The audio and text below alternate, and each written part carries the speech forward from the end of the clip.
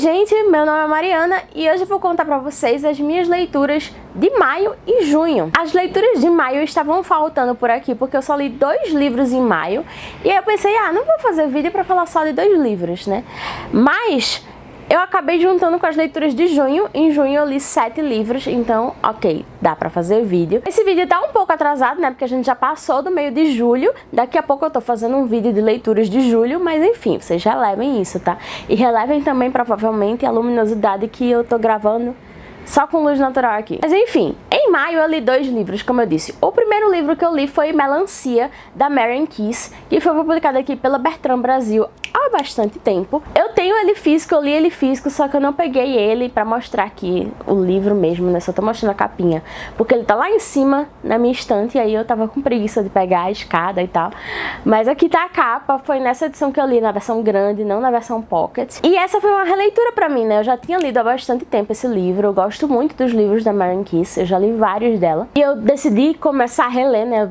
Relendo em ordem cronológica. E eu gostei muito de Melancia. Também foi o livro que eu escolhi para o mês de maio do meu clube de leitura, que se você não conhece, eu vou deixar o vídeo de introdução do clube no final desse vídeo, né, naquela área de vídeos relacionados. E vou deixar aqui embaixo na caixa de descrição o link para o nosso grupo do Telegram, onde eu falo sobre as leituras, mando o cronograma para vocês e a gente, né, conversa sobre os livros semanalmente. Então, Melancia foi a minha escolha de maio. Eu li durante maio inteiro, do dia 1 ao dia 30, eu segui o meu cronograma, né? Então eu li Melancia durante maio inteiro e esse foi basicamente, foi quase o último livro, o único livro que eu li em maio. E como eu disse, foi uma releitura, eu gostei bastante também dessa releitura. Eu pensei que eu ia me identificar mais com as problemáticas que a Claire, né, que é a personagem principal, passa por ela estar mais próximo da minha idade atual do que eu estava na minha primeira leitura, né? A Claire, se eu não me engano, tem 29 anos no livro, mas ela já está casada e já tem uma filha, né? No começo do livro, ela está dando à luz a sua filha e o marido dela dá um chute na bunda dela, né? Ela larga ela. E assim a gente começa a história com ela voltando para casa dos pais, né? E fazendo toda uma análise da vida dela. E eu pensei que eu ia me identificar mais, assim, talvez pela questão do relacionamento, talvez pela questão de ter se mudado da casa dos pais e tal. Mas eu não me identifiquei com isso, não tanto quanto eu achava que eu me identificaria. Enfim, eu achei mais estranho ainda foi que, assim, como a história se passa um pouco antes dos anos 2000, né? A história tem várias coisas muito antigas. Esse não é o problema exatamente pra mim. O problema é, na verdade, uma falta de atualização do texto, sabe? A linguagem do texto, em grande parte do livro, parece muito truncada. Se vocês quiserem saber mais sobre a minha opinião sobre a história, eu fiz uma live contando tudo o que eu achei sobre esse livro. Tá aqui no canal também. Mas, de toda forma, eu gostei bastante da leitura e vou continuar relendo e lendo os livros da Maren Keyes. E como eu disse, eu li Melancia do começo ao final do mês de maio, só que no dia 31 de maio, por uma loucura, assim, eu peguei um livro e não consegui largá-lo.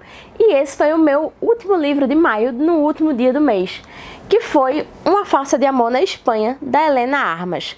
Eu simplesmente amei esse livro, eu li ele assim, talvez em 6, 7 horas, mais ou menos. Eu realmente não consegui largá-lo. Eu gostei bastante, foi para a lista de favoritos do ano. Esse livro vai contar a história de 2 pessoas que trabalham no mesmo lugar, né? E são meio que, eu não diria inimigos, né? Mas eles têm um rancinho assim, né, um pelo outro. Mas a mocinha do livro, que é a Catalina, precisa ir para o casamento da irmã na Espanha e ela necessita de um acompanhante, porque o padrinho do casamento dela é o ex-namorado dela. E ela não quer chegar lá sozinha e todo mundo ficar com pena dela, né? Porque o ex-namorado dela tá lá, noivo, ser feliz da vida, sabe? Ela também quer mostrar que isso já são águas passadas. E aí ela recebe a estranha proposta daquele rancinho dela de ir pro casamento com ela, de fingir ser o namorado dela lá na Espanha. Então, eu amo romance falso, maravilhoso, incrível, amei. Vocês vão ver que isso vai ter repercussões no final de junho. Espera aí um pouco. Ok, essas foram as minhas leituras de maio. Agora vamos falar das 7 leituras de junho. Eu comecei o mês lendo Ali Hazelwood e a segunda novela dela, que foi o Stuck With You. Eu gostei bastante, como tudo que eu li da Ali Hazelwood. Foi uma leitura muito gostosa, essas novelas são muito rápidas de ler. Então assim, eu li numa manhã, foi maravilhoso. Amo a Ali Hazelwood. Essa especificamente vai falar de duas pessoas que trabalham no mesmo prédio e ficam presos no elevador desse prédio, né? Então eles têm que esperar uns minutos aí para o socorro vir. E por causa desse encontro não desejado, pelo menos por uma das partes, a gente vai conhecer, né, a história deles que aconteceu antes de tudo, né, ficar complicado. Depois de ler a maravilhosa Ali Hazelwood, eu comecei a ler e terminei, logicamente, O Mar Sem Estrelas, da Erin Morgenstern, que foi publicado aqui pela Morro Branco.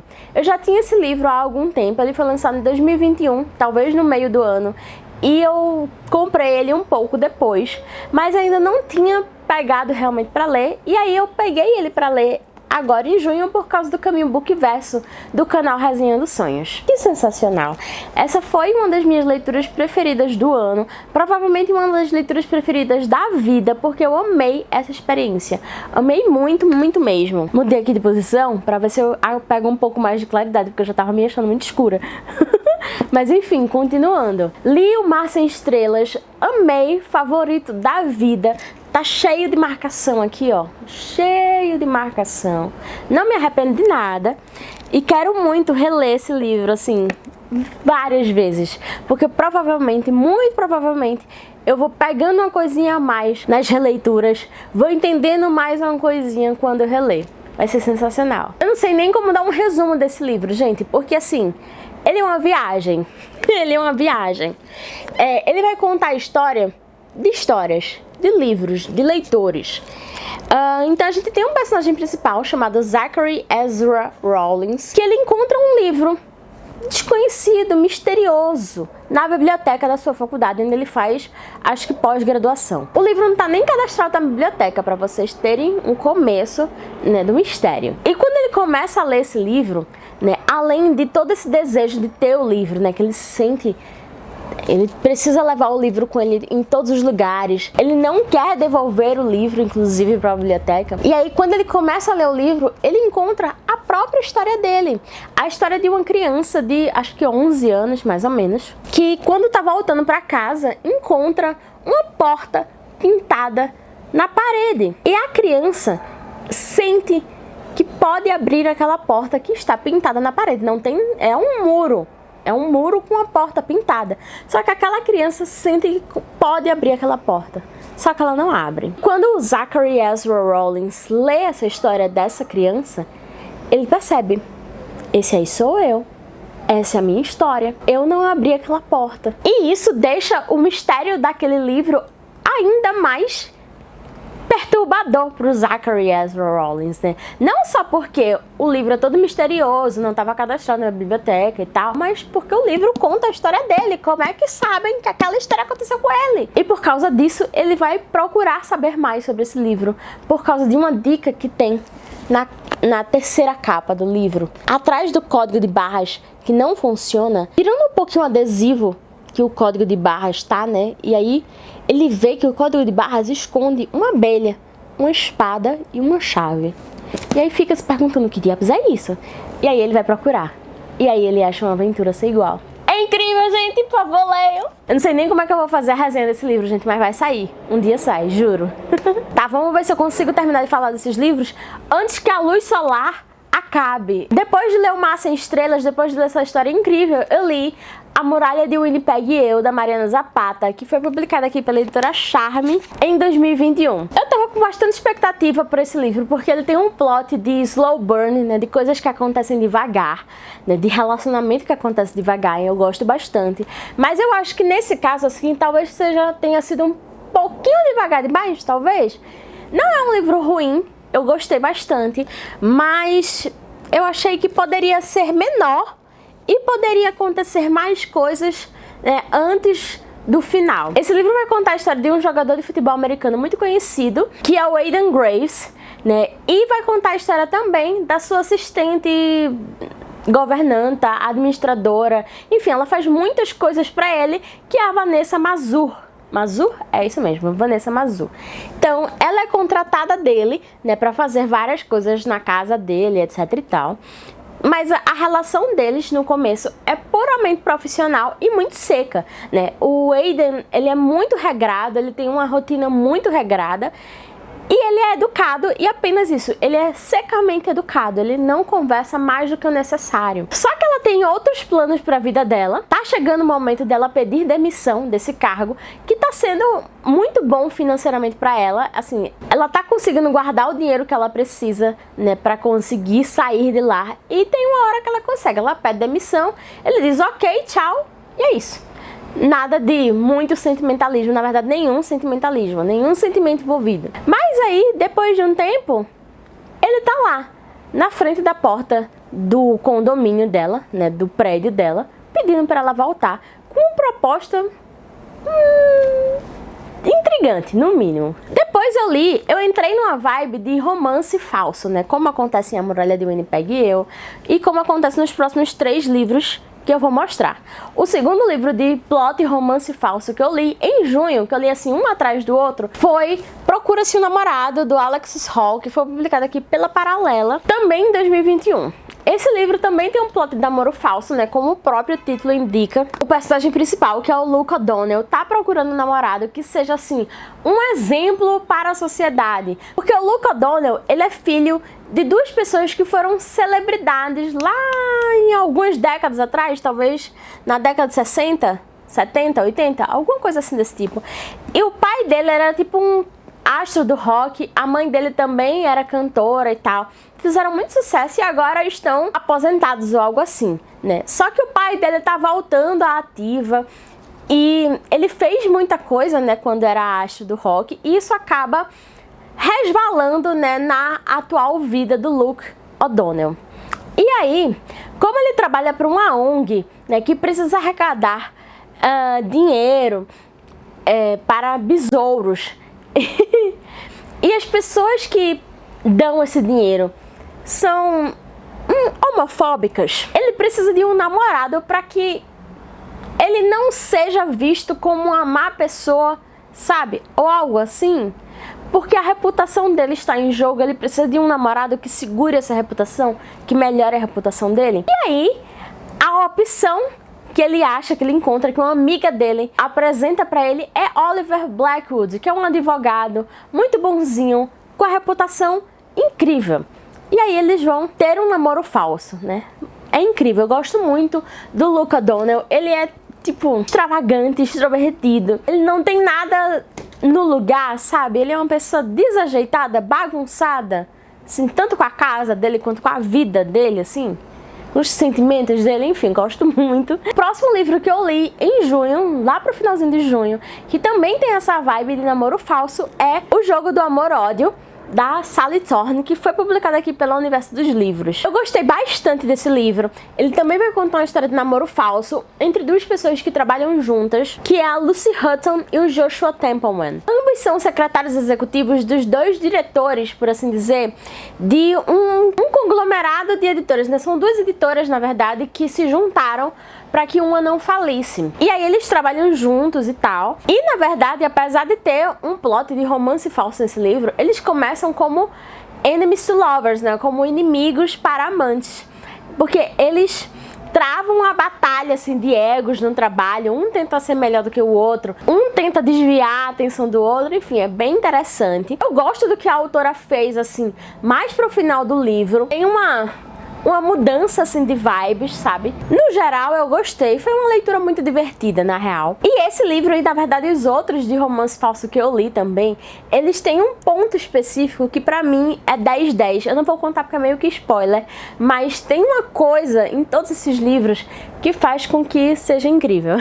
Pra terminar essa vibe de romance falso, eu li The Unhoneymooners, da Christina Lauren, que eu vou botar a capa aqui porque eu li no Kindle em inglês. Ele já foi publicado aqui no Brasil em português como Imperfeitos. Tem nada a ver esse título, mas enfim. Essa foi uma leitura boa, mas mais ou menos ok pra mim. Também tem uma vibe de namoro falso, porque assim, os 2 protagonistas desse livro, que eu não vou lembrar o nome deles agora, eles estão num casamento. A irmã da personagem principal, e acho que o irmão do personagem principal, né? Eles vão se casar. Eles estão lá tendo a cerimônia do casamento e todas as pessoas do casamento comem o buffet, né? Comem a comida do casamento, exceto os dois protagonistas. Ele não vai comer porque ele não gosta de comer comidas tipo self-service, tipo buffet, né? Que muita gente pega e tal. Ele não acredita que tenha muita higiene nesse processo. E ela não vai comer o buffet porque ela é alérgica a frutos do mar,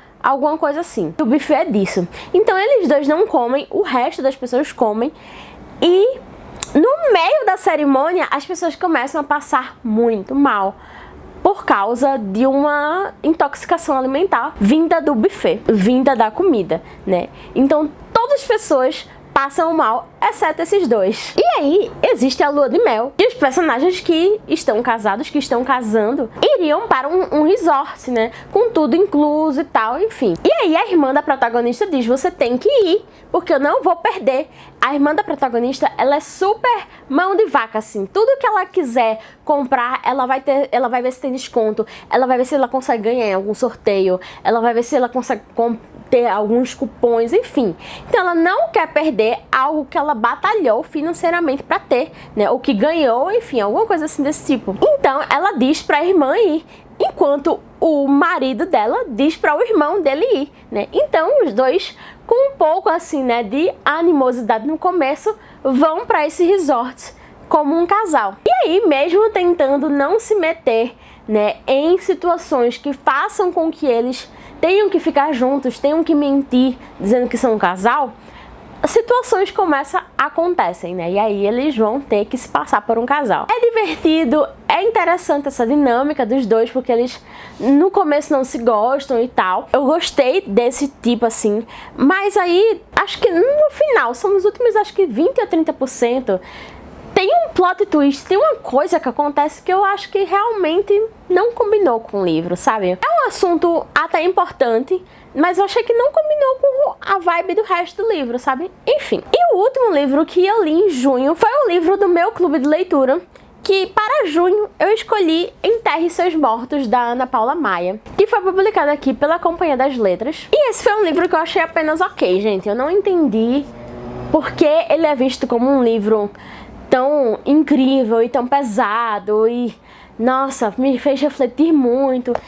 Talvez eu não seja tão impactada pelo assunto que ele trata aqui, mas eu achei apenas ok. Eu gostei que a narrativa da autora é objetiva, é às vezes até seca, assim, ela vai direto ao ponto, mas a história não me ganhou de forma alguma, né? Ela foi nada pra mim, né? Também tem vídeo falando sobre esse livro, que foi uma live que eu fiz, né? Então já está aqui no canal, vocês podem ver procurando aqui no canal mesmo. Então é isso, com o fim da luz aqui, que já está me deixando na mão, eu encerro esse vídeo das leituras de maio e de junho. Me conta aqui nos comentários se você já leu algum desses livros que eu li, se você concorda comigo, se você discorda de mim de alguma coisa, o que é que você quer ler também, me conta tudo aqui embaixo. Eu espero que vocês tenham gostado das minhas leituras. Eu fico por aqui, nos vemos na próxima. Tchau!